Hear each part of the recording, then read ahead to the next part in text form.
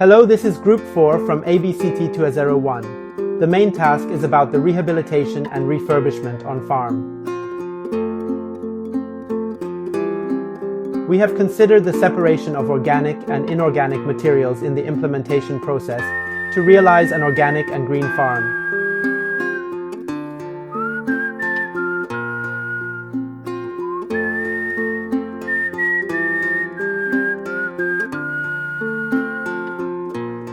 We have 3 areas with 3 subgroups which corresponding to 3 regions.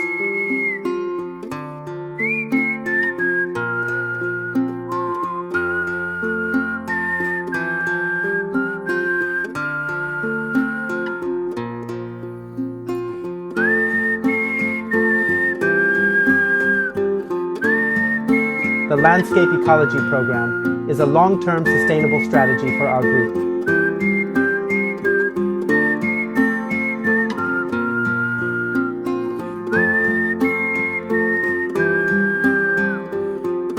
We not only restored the passion fruit stand, but also regrew the seedlings of the vanilla spiral.